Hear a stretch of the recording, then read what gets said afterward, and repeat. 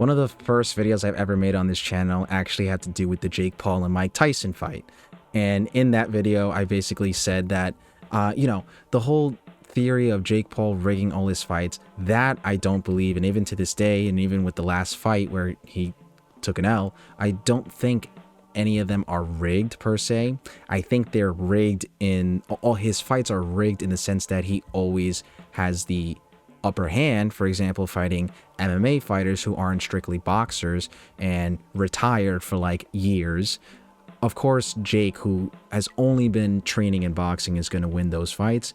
Or even a 30-year-old Mike Tyson, I didn't think that was completely out of the realm of possibility, especially if you are someone that watches boxing or MMA. But when it came to this fight, like, this fight should solidify and throw away that whole theory of Jake Paul rigging fights, because Anthony Joshua, to my understanding, he's not someone who's 30 years retired like Mike Tyson, and he's not someone who specialized in MMA and he might have been like a grappler or wrestler like Ben, or like a guy who, strikes every now and then with Woodley. Anthony Joshua was an Olympic boxing person who isn't that far off from his prime. He's much taller than Jake, more muscular, has more of a reach. Now, if Jake would have won this fight, then I would have been like, I'm completely wrong. I think Jake's fucking rigging these fights. But if you follow boxing and you follow MMA, those other opponents he's fought in the past shouldn't be out of the realm of possibility of Jake beating them. But I will concede one thing. Anthony Joshua was, the first 5 rounds looked like he was treating it like a sparring match. Like, he definitely was feeling out Jake Paul a lot.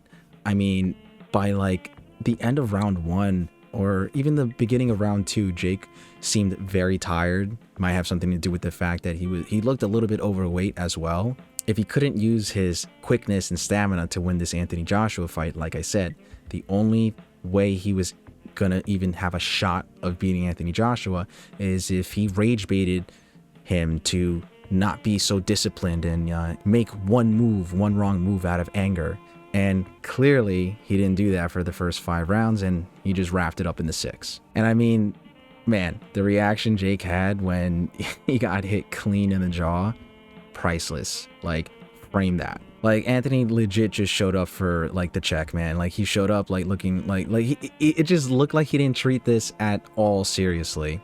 And I mean that in a compliment. Like, that's just how good of a boxer Anthony Joshua was. Like, he came in with like camo shorts walking in,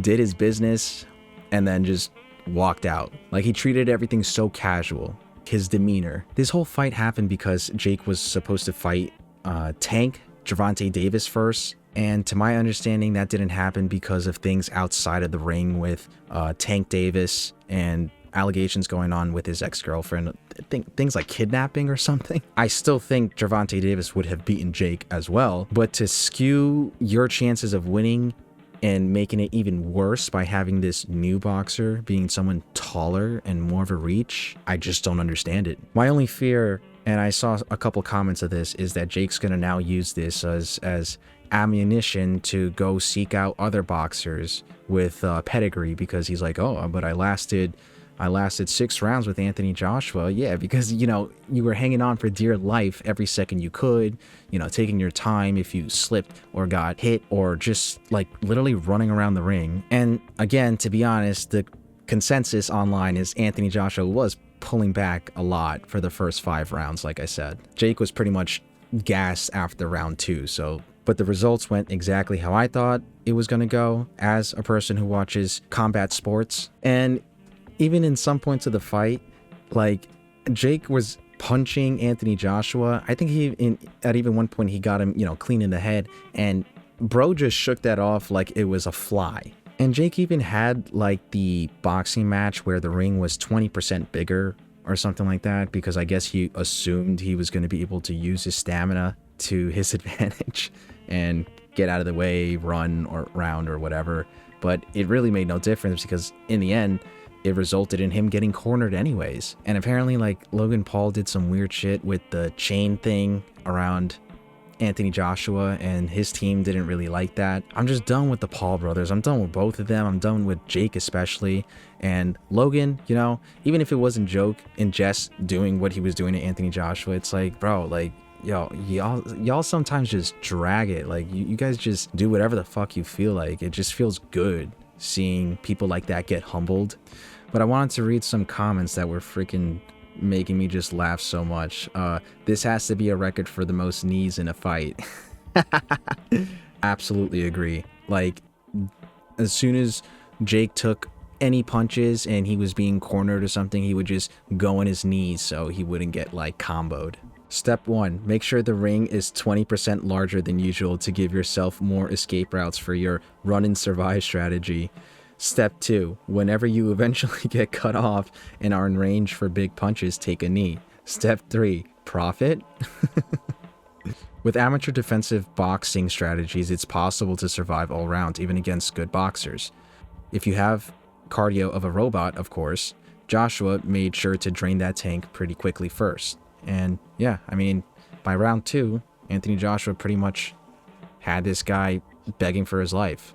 Here's a really good summary of, you know, actual fighting analysis. I like this comment a lot. Paul had nothing. Once his legs got tired, AJ occupied the center of the ring, let him run around a bit, and then once he got tired, it was game over. I strongly feel AJ was cruising to start with, took a couple punches, then got the business done. And yeah, I agree. Especially in boxing, if you're controlling the center of the ring and your opponent's on the outside and all they're left with, they're on the defensive now, and they're wasting all their stamina and cardio, like running around you in the center, you're going to get tired like Jake did. And eventually, the business is going to get done with the guy in the center, which AJ was the guy in the center controlling the center. This is a really good analysis of the fight. I like it. Oh, this is a good comment too. To me, Jake just looked like a guy who was in way over his head, decided to just drop to his knees anytime Joshua put on any pressure. There was no reason for AJ to chase him around. That's a pretty good theory as to why, you know, AJ was kind of taking it easy on the kid. You know, he was probably so confident that he could knock this guy out whenever he wanted. So he just like took his time, you know? Oh, some of these comments are just brutal about Jake pretty much looking like a bitch out there. Like, AJ did what he had to do. Jake Paul just ran for as long as it took AJ to start cutting off the ring effectively.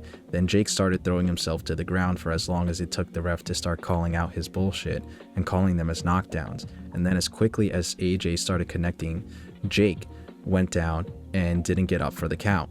Like, damn. I mean, here's another similar comment. He didn't just drop to his knees, he threw himself on the floor like a toddler and clung to AJ's legs. What a fucking sad sack. Seems pretty clear, looks like an idiot getting down on his knees, but it's a pretty smart way to try and protect himself. I have to imagine he knew he would be in over his head, but perhaps it was more than he expected. Fight definitely shouldn't be happening considering the skill difference between them.